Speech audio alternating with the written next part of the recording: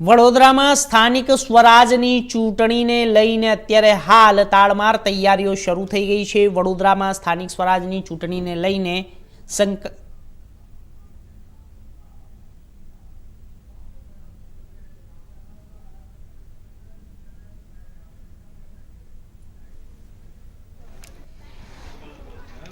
तो पाणीगेट विस्तार में सघन वाहन चेकिंग पण शुरू थई गयुं छे। पोलीस द्वारा अत्यारे वाहन चेकिंग फूड पेट्रोलिंग हाथ धरवामां आवी रह्युं छे।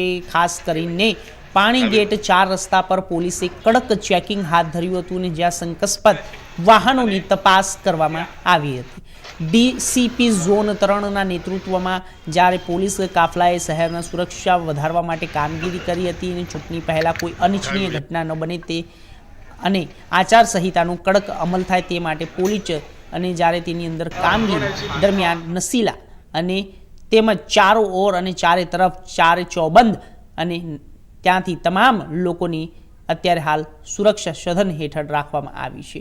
વ્યવસ્થા જાળવવા માટે તમામ ચોબંધ કરવામાં આવ્યા છે।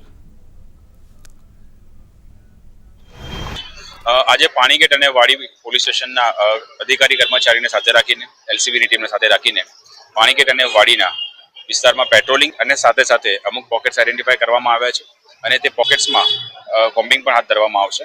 અને આ કોમ્બિંગનો મુખ્ય હેતુ જાહેરનામા ભંગના કોઈ જે બનાવો બનતા હોય છે એના કેસ કરવાના, કોઈ ડ્રિંક એન્ડ ડ્રાઈવ કરીને ચલાવતું હોય વ્હીકલ તો તેના કેસ કરવા માટે અને તે બાબતે અલગ અલગ હેડ હેઠળ કામગીરી કરવા માટે આજે કોમ્બિંગ હાથ ધરવામાં આવ્યું છે। જેમાં જે અસામાજિક તત્વો કોઈ નાસ્તા કરતા પકડવાના બાકી હોય, કોઈ વોરંટ્સ બજાવવાના બાકી હોય છે, તે બધાઈ કામગીરીને સાથે લઈને આજે અમુક પોકેટ્સ આઈડેન્ટિફાઈ કરવામાં આવ્યા છે અને તે પોકેટ્સમાં કોમ્બિંગ અને સાથે સાથે પેટ્રોલિંગ બંને વસ્તુનું આયોજન આજે કરવામાં આવ્યું છે। સ્થાનિક સ્વરાજની ચૂંટણી છે તો એનું છે બનાવવા માટે શહેર પોલીસ સ્થાનિક સ્વરાજની ચૂંટણી છે અને તેના માટે ગઈકાલે માન્ય પોલીસ કમિશનર સાહેબ દ્વારા એક બ્રીફિંગ સેશન રાખવામાં આવ્યું હતું, જેમાં પીઆઈ અને તેનાથી ઉપરના તમામ અધિકારીઓને બોલાવવામાં આવ્યા હતા અને જરૂરી સૂચનાઓ આપવામાં આવી હતી। તે અનુસંધાને રોજ સાંજે વાહન ચેકિંગ હાથ ધરવામાં આવે છે। તમામ ચેકપોસ્ટ કાર્યરત કરી દેવામાં આવી છે અને તમામ ચેકપોસ્ટ પર સાંજના સમયે અને સવારના સમયે વાહન ચેકિંગની કામગીરી કરવામાં આવે છે।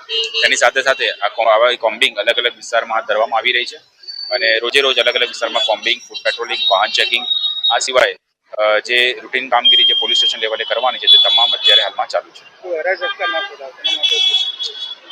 એના માટે અત્યારે હાલમાં જે અમારી સાયબર ક્રાઇમની ટીમ છે એ એક્ટિવ છે અને કોઈ પણ એવા કોઈ ફેક ન્યૂઝ, ખોટી માહિતી મીડિયામાં ખોટી રીતે ફેલાય નહીં તે બાબતે વોચ રાખી રહી છે અને લોકોને પણ મારી નમ્ર અરજ છે કે કંઈ પણ આપણા ધ્યાને આવે છે તો પોલીસનો સંપર્ક કરવો અને કોઈ પણ માહિતીને વેરીફાઈ કર્યા વગર લોકોમાં સ્પ્રેડ કરીને ભય ઊભો ના થાય તેની ખાસ ધ્યાન રાખવું।